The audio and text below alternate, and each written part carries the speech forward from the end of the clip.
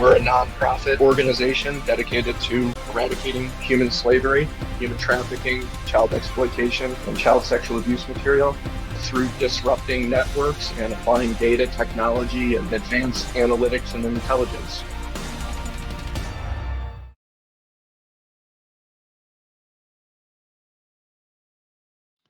All right. Good afternoon, everybody. Thank you for joining us today. This is the panel on Crypto-Kiosk / Bitcoin ATM's perspective. Today, we're joined by Rich Sanders, Seth Sattler, and Paul Mernon. My name is Ilyas, and I'm excited to moderate the panel for you today. So I would like to go around and just start with quick introductions. I'm happy to start. My name is Ilyas Kokoli. I'm a deployment strategist at TRM. TRM is a cryptocurrency risk and monitoring platform that's used by law enforcement, crypto businesses, and financial institutions. Let's start with Rich. Rich, would you like to do a quick introduction? Hi, I'm Rich Sanders. I'm lead investigator with Cypherblade. Cypherblade is a blockchain analysis and investigations company. We're most well known for our scam and hack investigations. We work closely with government, particularly law enforcement, on cryptocurrency cases. We also provide services such as compliance advisory to cryptocurrency exchanges, ATM operators, etc. Fantastic. Seth? Yeah, first off, appreciate ATI having me. I'm Seth Sattler. I'm the Chief Compliance Officer at Digital Mint. We are primarily a cryptocurrency kiosk provider with about 1,000 ATMs and tellers around the country. But on top of that, we also assist periodically with providing liquidity for ransomware settlements and helping victims through those types of situations. Thanks, Seth. Paul? Same as Seth, I'd like to thank ATII for having me in the panel. And my name is Paul Mernon. I'm working with blockchain intelligence at TRM Labs, same as Elias. I'm former law enforcement, but at TRM, I'm mainly focused on the cash to crypto industry, mainly around cryptocurrency ATMs and layering the on-chain data with real-world data, so it's more useful to our clients. Awesome. Thanks, Paul. So how we're going to structure this panel, we're going to be doing a lot of Q&As, and we're going to start at the macro level, describing what crypto ATMs are, how they operate, and what their obligations are, and then go further into red flags and typologies associated with illicit activities or transactions, and then talk and discuss the law enforcement and banking relationships that between with crypto ATMs and banking partners and law enforcement. So, Seth, let's start with you. Could you spend a few minutes just describing, what a crypto ATM is, and how do they work and operate, and specifically on the back end from like the blockchain perspective? What are they using on the back end, how they operate, and what is a crypto ATM? Yeah, it's a funny question because a few years ago it was a novelty answer of crypto ATMs, or just those things you periodically see on the news, and now you go on Coin ATM Radar and it's those things that are on every street corner, every gas station, basically everywhere you turn. I think as of right now there's about 37,000 ATMs just in the US. And on top of that, there's other locations that operate in similar capacity but don't really fit the definition. So in the most basic, a crypto ATM is a retail solution for cryptocurrency. It's a place where you can convert fiat currency that's in your wallet into crypto. Primarily, it started as just small denomination dollar bills into Bitcoin. And clearly, as crypto gained exposure and popularity, it really increased. And now there's locations where you can do debit card to a myriad of different currencies, or you can some offer OTC desks behind the scenes, so you can do wires to crypto. But in their most simplest form, it's just a non-custodial way to convert fiat currency into crypto. And by non-custodial, obviously, one of those terms that gets thrown around a lot. What it means is mostly, and I think to the best of my knowledge, none of these companies add custody of a customer's crypto, which means when you buy it, it's in your wallet, whatever wallet you choose. The ATM provider is not going to hold on to that for you. They're not going to freeze your wallet. They're not going to have access to it. it is solely in the custody of the person who purchased the crypto and who presented the wallet where the funds are sent.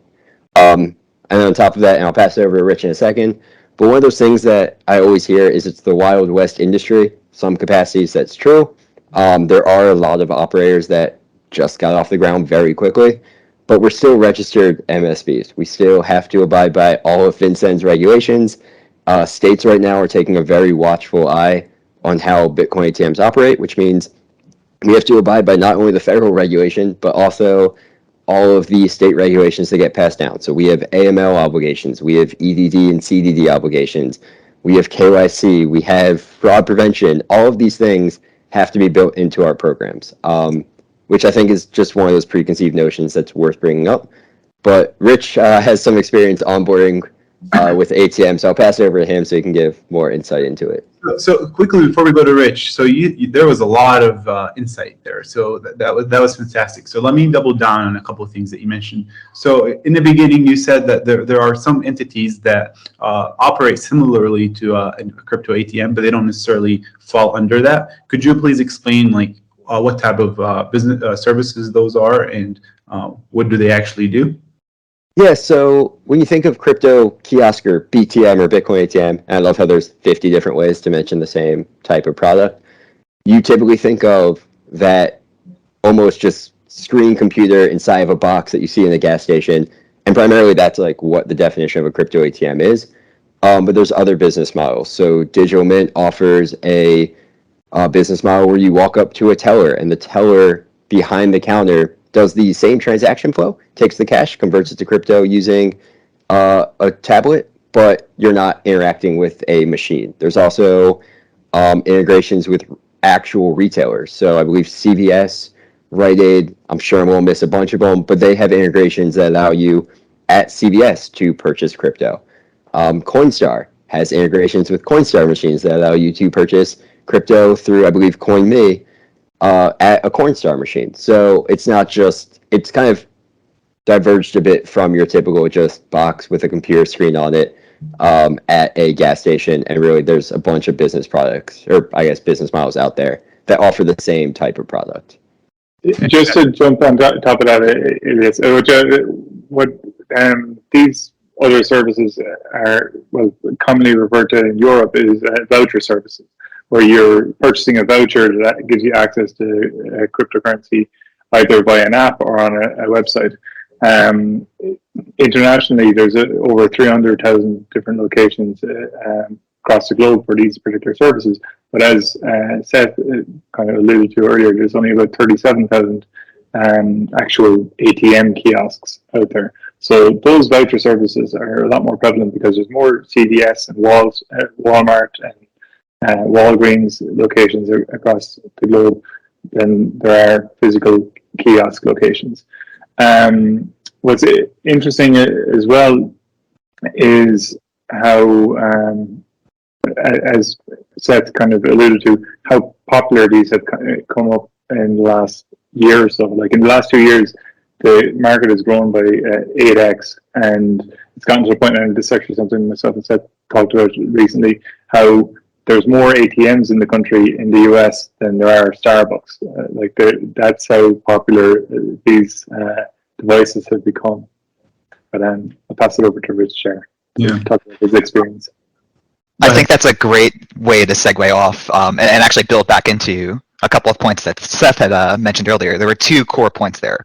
One is that these are non-custodial solutions, meaning that if a Bitcoin ATM customer buys Bitcoin, they designate a wallet address that Bitcoin is sent to.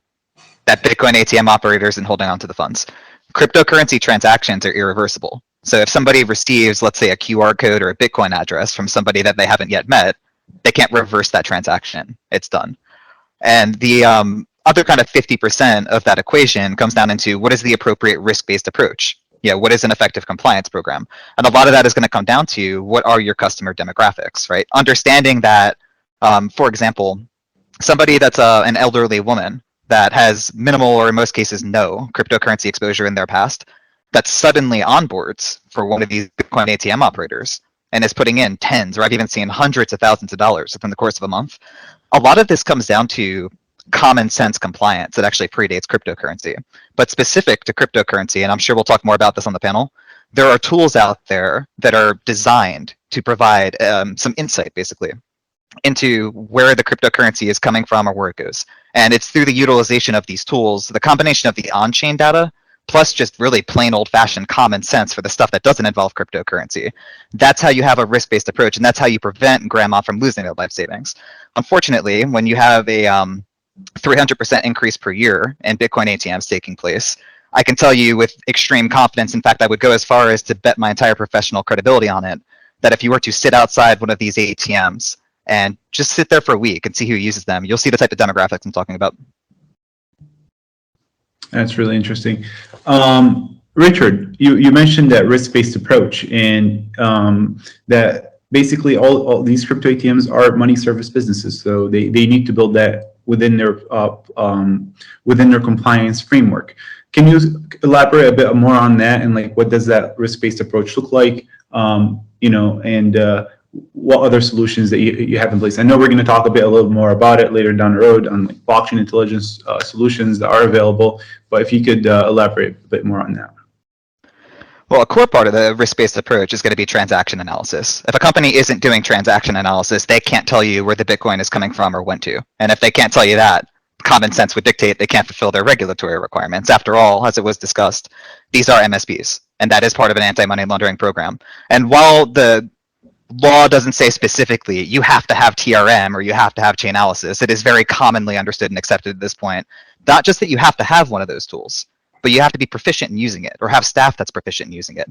Having one of these tools, I've seen unfortunately some companies do this, where they procure one of these tools because it is now an expectation. It's not 2018 where they could pretend, oh, that's just something bigger companies do. These are widely accessible tools, even the smaller ATM operators.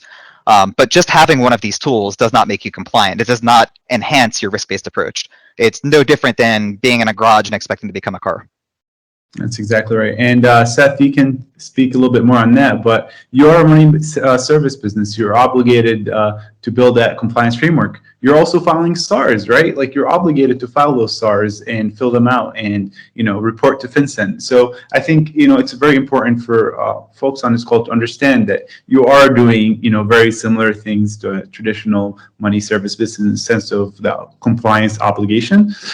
But now you also have that insight of the blockchain activity that's happening and utilizing the tools that are available to get that type of insight into what's happening from like the blockchain perspective.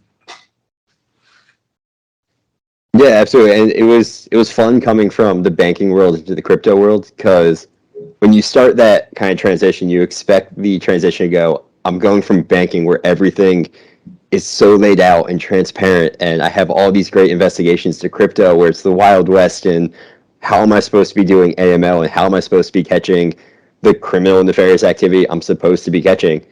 And then you come over to crypto, especially in 2022, and with tools like TRM and Chainalysis and Elliptic and all these tools, on top of all of the known guidance and red flag guides that are out there, it's probably almost more efficient to do AML and fraud protection in a crypto ecosystem than it is at the bank.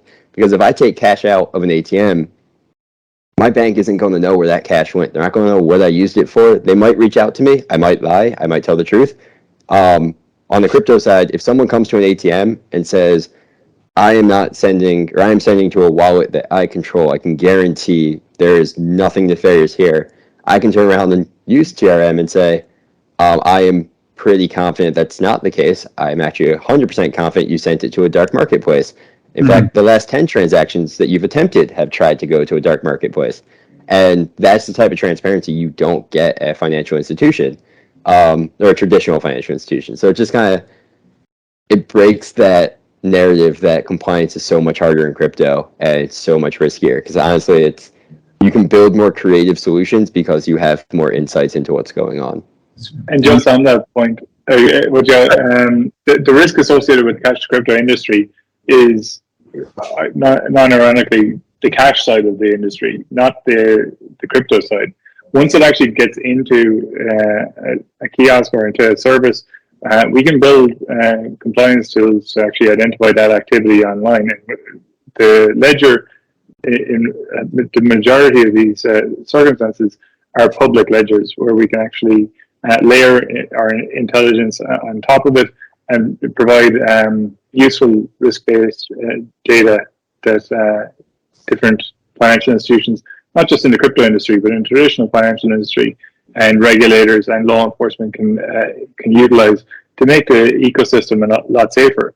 But the origin of that cash is something we can't stand over. Like there's no bank that can say, well, these bills came from this particular ATM, and this is the path of the transactions that got it to the cryptocurrency ATM. But once it actually enters a kiosk, it can be traced. And that's one of the beauties of the cryptocurrency industry from a compliance perspective, as that alludes to. Yeah, it's funny you mentioned that. We built our human trafficking detection scenario and our exploitation detection scenario, and then the red flag and typology guide built on top of that.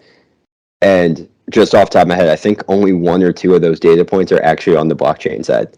Most of our detection, most of our red flags, most of what we're doing in the investigations on the fiat and qualitative investigation side. And yeah, probably 1 or 2. I know 1 for sure. There might be a second one are on the blockchain side. It's really interesting. Before we move on to the next topic, Seth, I wanted to have you double down on the requirements from the licensing perspective. So you said you're an MSP. You actually have to be licensed by every state that you're trying to operate in. So if you can just speak to that a little bit on that process and the difficulties can be trying to be licensed by many different jurisdictions. So yeah, if you could provide a little bit more color on that. Yeah, in some capacities that's accurate. In some, it's kind of up in the air. So we for sure have to be licensed in a number of states. A number of states that come out and said any cryptocurrency related transaction, you have to get a license. It typically falls either under their money transmission license or exists kind of outside that domain and just they create their own. Looking at you, New York, and other states of similar variety. But basically what they did is said, if you do crypto, you need to be licensed. We need to know where your machines are. And that's kind of it. There's other states that have taken a more hands-off approach that say either you just need to be a registered company and let us know that you're operating in our state, or some that just basically hands-off, just come on, come all, welcome to our state, you can do business here. So there's a wide variety of, licensing requirements in the states. The weird part is they change pretty frequently. We've had one state 1 year tell us, you absolutely do not need to be licensed, and then within a year we were getting a licensing letter. So it changes very quickly. What I will say is I believe the GAO put out a report in November, somewhere around that time frame, basically trying to solve this issue of ATMs are popping up left and right, and no one's quite sure where they are at any given moment. So they basically came out and said there needs to be some registering process where you say, I have 1,000 ATMs, here they are, this is what they do, here's the KYC requirements for them. And that way there's at least some, information on where all the ATMs are and kind of how they operate. Yeah. And it's really interesting. It could be a real coin flip because sometimes they could end up in motels or other questionable areas. Yeah. No, it is Paul, after you. One of the things that actually on the GAO report is that the analysis showed that they expected that less than half of the actual ATM companies that are operating in the US are actually licensed or registering with, or are fulfilling their registration requirements with the likes of FinCEN and the different states. But at the same time, there's still a significant number of entities that are known to be operating across the country, thanks to the likes of Coin ATM Radar. There's an estimate of almost 600 different ATM companies globally that are operating, and that's just the ones that we know about. So, yeah, it's probably once a week. Either law enforcement or someone in the industry will reach out to me and say, have you heard of this company? And I put it at about 50-50 that I have. And that just shows how quickly they're showing up and how quickly they're growing. Because oftentimes it's a company I've never heard of, having been in this industry for 4 and going on 5 years, and they already have 200-300 machines. Yeah, the industry is going really, really fast in one direction. It's just growing as quickly as it can. But yeah, like Rich kind of alluded to, there is important parts of knowing where all these machines are, especially in the topic of discussion today, where we're talking how do we stop human trafficking, how do we prevent utilization of these machines. Location placement is huge. We've done a little bit of industry research just on the side while building out our typology for crypto ATMs and exploitation, and there's obviously troubling patterns that you'll come across. So you'll see ATMs pop up in towns of like 2,000-3,000 people on the southern border, and there's like 10 ATMs in that town, all strategically placed around border entries or along truck stops. So we've seen a few show up just on basically abandoned or desolate highways inside of a truck stop, inside motels or pay by the hour hotels or places like that where I think one example was actually at a motel at a truck stop, which again, it's kind of on the ATM provider when these locations reach out and say, I would like an ATM in my motel. Okay, well, why? What's the demographic that's going to be using it? What's the use case? What's the economic purpose? And then if you take your risk-based approach, because I will never design a risk-based approach for anyone else, but if you decide at the end of the day, all right, I'm going to put a machine there, at least build in the scrutiny and the controls necessary to detect what might occur at that location. So if you're sticking it in one of these places, make sure you have the detection method in place for what could potentially happen by having an ATM in a motel. And just to jump in on that real quick, I was going to mention risk-based approach. You beat me to the punch. That's what this all comes down to. And there comes a time where on the blockchain industry side of things, we have to check ourselves and we have to be honest. There has been a 300% increase per year in the quantity of these ATMs. Has there been a 300% increase in the adoption of cryptocurrency? I don't think that's true. And I could say that as somebody in the industry. It comes down to these common sense things, risk-based approach. You are putting a machine here. This is a high risk location for that machine. How are you going to hedge that risk? That decision might be, I don't place a machine there. That decision might be, I place the machine there, but I perform additional diligence on the transactions that take place on it.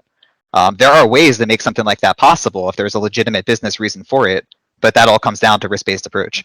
And the important thing with all this is you have to bear in mind, well, if it's not legitimate adoption of cryptocurrency, then why is there an increasing amount of these Bitcoin ATMs going around? And unfortunately, the answer on that is fraud.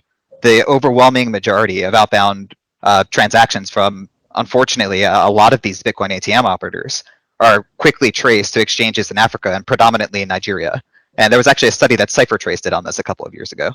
When that constitutes the majority of the volume for, unfortunately, a lot of these participants in the Bitcoin ATM space, it also makes compliance almost a non-incentive. So it's very disheartening for the folks that are trying to do the right thing.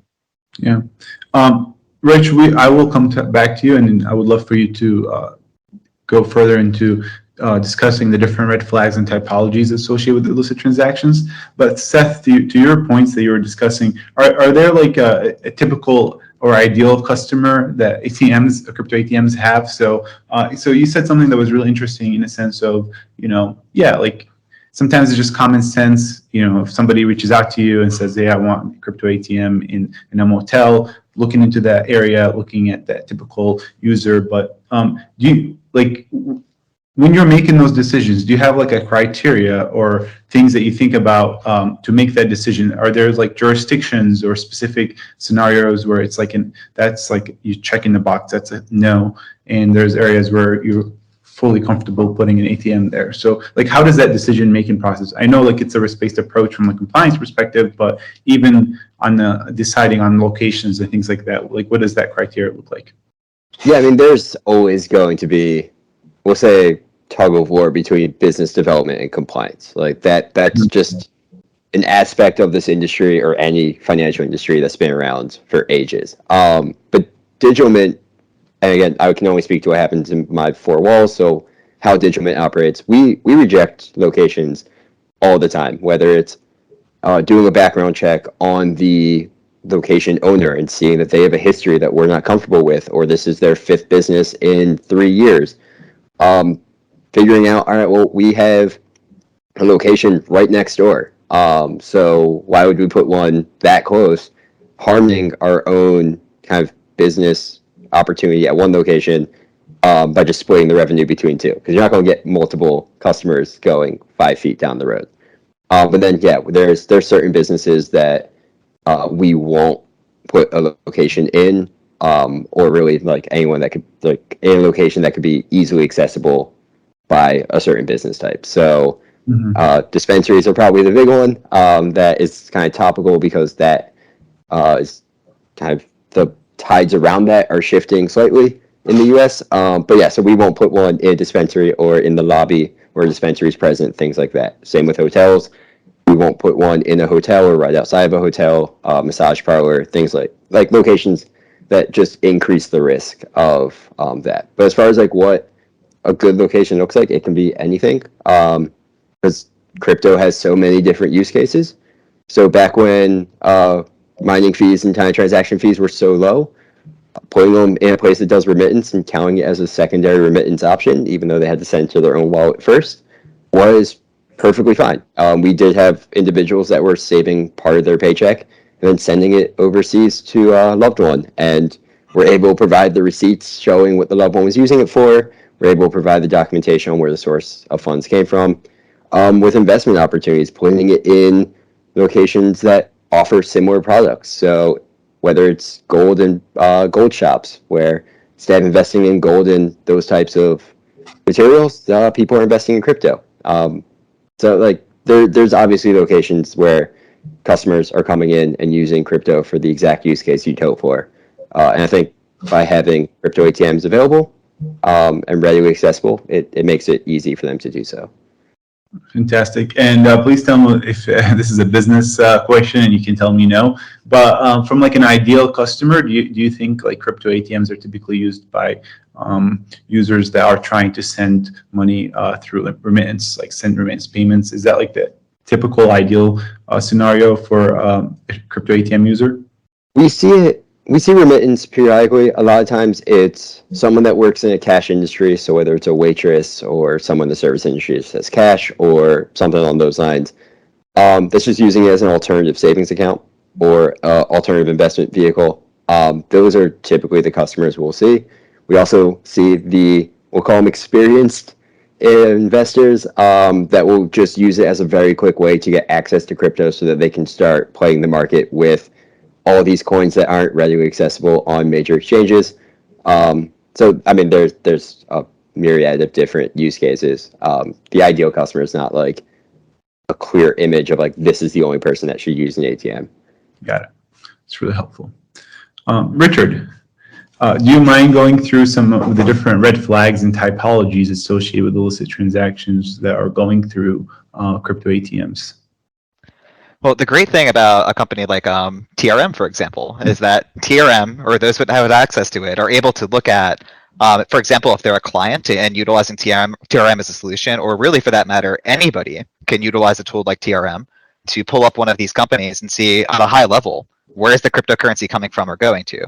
So I would say the easiest way to answer that question for any of these companies that have a compliance program, which they have to, which also have a compliance tool, which in order to be compliant, they have to, would be simply to look in their compliance tool. That's going to give you that insight of where are your customers sending funds.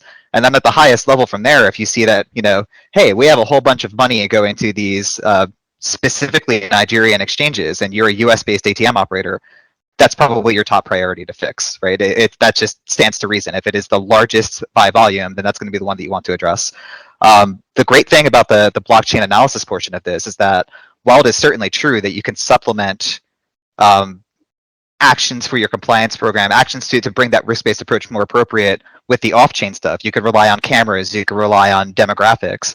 The blockchain data gives you so much of what you need because you could identify, okay, fraud is the biggest thing. We have an issue with carding. There are going to be some noticeable deviations from this, and this is what I've noticed at least state to state in the US. There's certain regions, for example, where I'm around, Pittsburgh, or the Pennsylvania, Ohio area, where narcotics might be more prevalent. You're going to have more exposure to that, and that gives you more of an idea of what you need to address. And this is true whether it's for like a mom and pop shop operator that only has a few local ATMs, or for a national level Bitcoin ATM operator, because they have to focus in within their compliance program their risk-based approach for machines in Pittsburgh, the city I'm in, should be different for machines that are in the middle of nowhere at a gas station in Alabama. You are going to have different exposures there as well. Yeah. So yeah, let's double down on that a little bit more, because we've been saying the risk-based approach a lot on this panel, but you give a great example, which is like based on the city and based on how much information we know about the city, what kind of activity is associated there, right?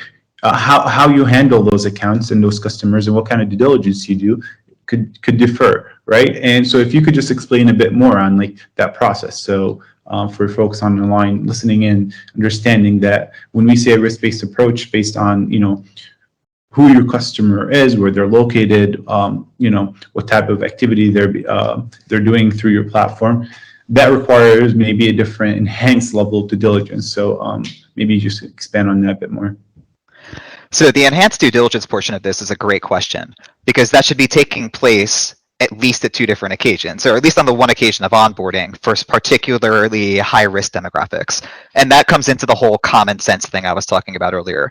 We can all pretend that the 70-year-old woman that's never heard of Bitcoin before and swears that she is sending it to a deployed soldier thinks that she's actually sending it to a deployed soldier. But anyone that's been working within a Bitcoin ATM company for more than a few months knows exactly what I'm talking about. And for the audience, if you don't know what I'm talking about, the most common scams with Bitcoin ATMs are investment scams and romance scams, and sometimes both. And oftentimes it will take the form of, I'm a soldier that's deployed, yeah, I got hurt, send me money for my medical bills, or I have this investment opportunity.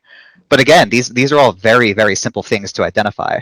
And a lot of it is highly preventable because they specifically target the most vulnerable populations. That's step 1 that I would say to answer your question. Use common sense in who you're onboarding. These Bitcoin ATM operators, as I'm sure Seth will talk about extensively, they don't require enough KYC. They do permit some transactions that are below a certain threshold, but generally speaking, when you're looking at the scam victims, a lot of them are KYCing because they don't have a reason in their head to avoid KYC. So real common sense stuff that you don't even need to look at the blockchain data. Look at the 70-year-old person that put $70,000 through your machine in the past 2 weeks. Exactly. The other part of that is just double down on that. So like for an example, internally, that's a solution where, you know, if anybody's over a certain age, you can flag that when they attempt to make an account, and then that would have to go through a further enhanced due diligence process where a member of the investigations team will have to review that account and understand further who the person behind that account is trying to create it. So you can create a rule where if somebody's over a certain age, that will cause an alert on the back end for further review. Would that be accurate? Precisely. And then here's the other 50% of the equation. You have somebody that utilizes a tool, let's say TRM, as part of their compliance program. They might get an alert that says, hey, this customer that you have onboarded is sending a transaction to this wallet address. This wallet address, it's sort of like Seth was mentioning earlier, might be known within that system as, you know, a particular scam. And at that point, what these systems can do is they can prevent that Bitcoin from being sent. And that's why these tools are so important as part of the compliance program, because this is the only way that we can really effectively keep people safe. It can prevent the transfer to that address. And then at that point, what the company can do is their enhanced due diligence. They can reach out to the customer. They could say, hey, are you sending funds to so-and-so or to this wallet, or where are you sending funds? And this gets a little bit more nuanced because it depends upon the typology. Let's stick with the example of fraud. This is a huge challenge for the Bitcoin ATM operators, which is a little different than cryptocurrency exchanges. If they're doing enhanced due diligence, it might be because, let's say, of mixer use or something. These are people that are highly vulnerable, and they've been susceptible to fraud for, sometimes months or even years. So it's very hard to talk these people down. For sure. And with that, we'll go to Paul, and then we'll have him speak a bit more about blockchain intelligence tools and how crypto ATMs could utilize them within their compliance frameworks and what they could do to exactly screen transactions. Yeah, as Rich rightly identifies, like wallet screening and transaction monitoring are 2 important services that we actually provide at TRM, and that allows these compliance teams to not only screen the actual individual, but to monitor the activity that's going on in real time. So that if a suspicious transaction hits against one of their wallets, they can actually do their due diligence on the actual transaction and the individuals involved and decide whether or not a SAR has to be filed or what's the next best action to make sure that their customers are safe and that their company is remaining compliant. One of the other things that Rich touched upon, and it's probably one of the things that I'm most supportive of, is using or buying the tool and using the tool are not the same thing.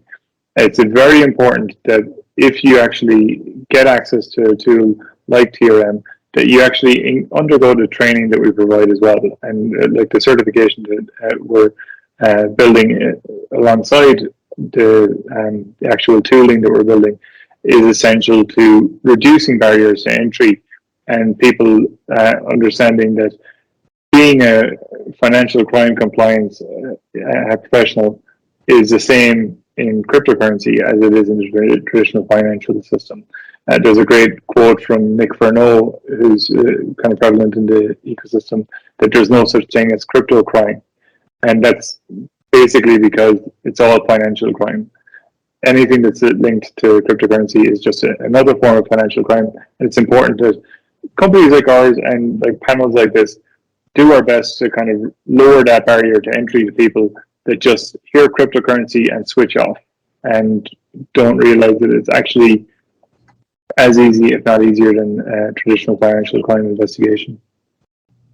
That's right. And Paul, I'm going to push back on that and have you like explain a bit more of like what does a blockchain intelligence company, like what kind of insights are we providing? So yes, you can monitor transactions, but what kind of intelligence are we providing the end users to give them the insight they need to monitor financial crime activity?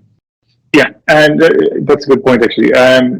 One of the things that kind of turns people off in relation to cryptocurrency is that we refer to the open ledger and the transactions being on chain, and then people start to try and read articles on it and they just haze over because of all the technical data and the metadata and all of this.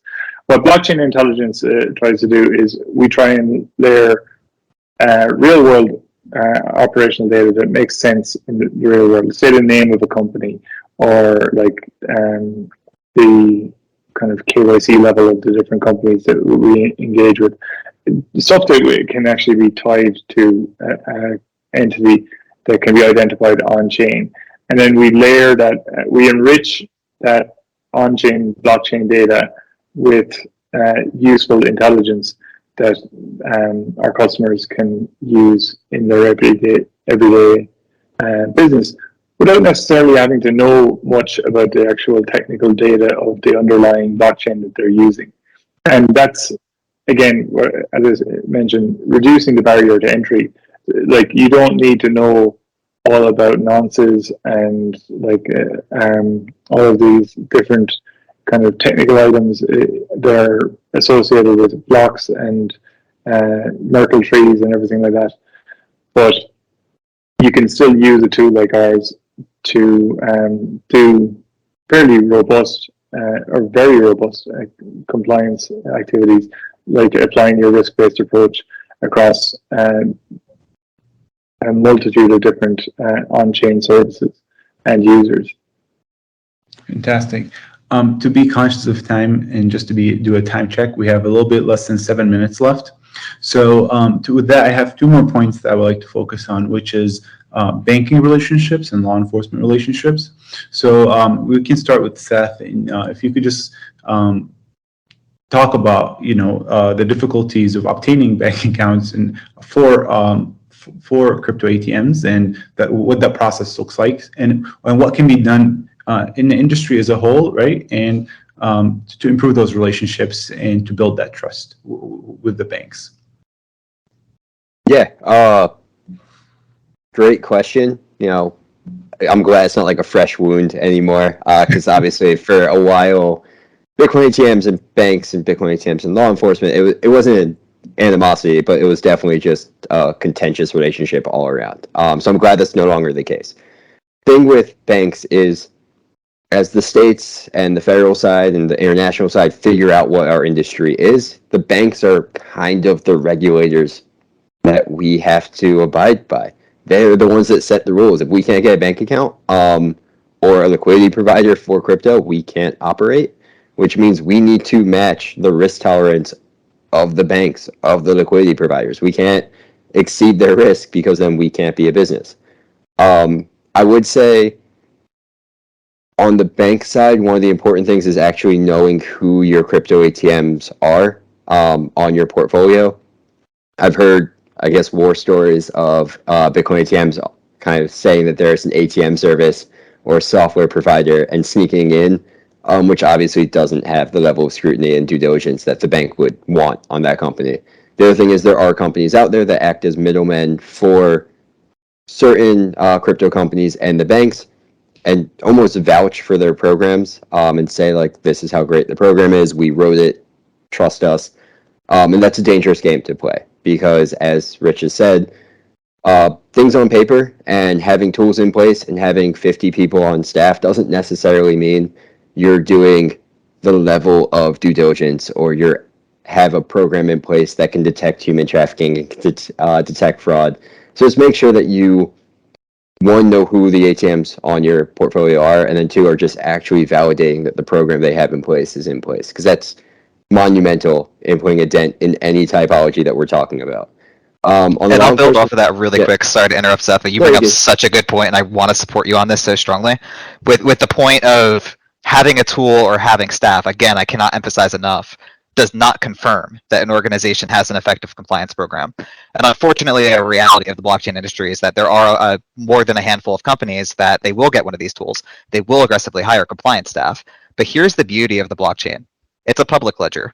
And the fact that tools like TRM exist enables anybody with access to them to just go in. And this is turnkey stuff. This is, like Paul was talking about earlier, it doesn't require you to know these advanced things about blocks and change addresses and all these technical terms. This is really turnkey. You could plug in one of these companies into one of these tools, and you could get an idea of where did the funds go. And yeah, that's going to be your answer, not they have this tool or they have 50 stuff. Yeah, I mean, shameless plug for my team over at Digital Mint, but like we always joke that we have a relatively small team in the financial space, but I would put them up against a team 5 times their size, because the first thing we did was there's mandatory training on how crypto investigations work. But not only that, there's mandatory training on how normal typology investigations worked. We set a really high barrier of entry for AML, where you need the experience in AML and fraud detection to bring over. And on top of that, they are all certified in every tool we use that offers a certification, because I'd much rather have 5-10 experts on a team that can detect anything just by looking at a transaction or a pattern or an account or a portfolio or anything than have 50 people that are, I don't want to say flying blind, but just less confident in what they're looking at. Because I think, yeah, training, especially in this space, and experience is just crucial. Yeah. Just one thing I want to give some credit to the cryptocurrency, the cash to crypto ATM, particularly the ATM industry, is that the actual machines that are being manufactured have the ability to provide and collect robust compliance data. It's on the actual service providers that are using them to actually build out robust compliance kind of frameworks that can be relied upon by regulators and law enforcement, and most importantly, the customers. One of the things that was interesting in recent developments is the CFPB coming out looking to actually bring in better oversight across the crypto industry as a whole. And I think that the cash to crypto industry is ideally placed to kind of provide that level of kind of security for their customers that may not be there in other parts of the financial industry. That's right. All right, to be go ahead. I was just going to say, the shift is kind of what Paul was saying. The shift is definitely there. So we're seeing, and credit to the industry again, we're seeing people being hired from Western Union and major financial institutions and law enforcement and being brought over to the crypto ATM space because the industry recognized, yeah, we have the data, we just need the expertise. And it's great to see that shift. It's great to see, instead of hiring someone right out of college and hoping, or a friend and hoping that they might grow into this role, going out and getting someone that has 10 years of experience. So yeah, it's a welcome shift in the industry mentality. I'm happy to see it. Awesome. All right, we have 1 minute left. And with that, I would like to take from each one of you one takeaway. So for everybody watching us right now, if you had to give them one takeaway from this webinar, what would it be? Let's start with Rich. Cryptocurrency compliance is far from prohibitively expensive, and it's very easy to check whether a company is giving you virtue signaling or the real answer. Thank you. Seth? I was hoping to go last. The one takeaway I would say is, especially bringing it back to detecting human trafficking in your locations and in your portfolio, the transactions are small. The wallets aren't necessarily attributed. So because of that, building out a scenario just based on TRM Labs platform or just based on a phone number or anything isn't going to result in what you're hoping it will. So that brings me to the one key takeaway. Reach out to the experts. Collaboration in this space is monumentally important. Digital Mint's worked with ATII a number of times. We've worked with other NGOs.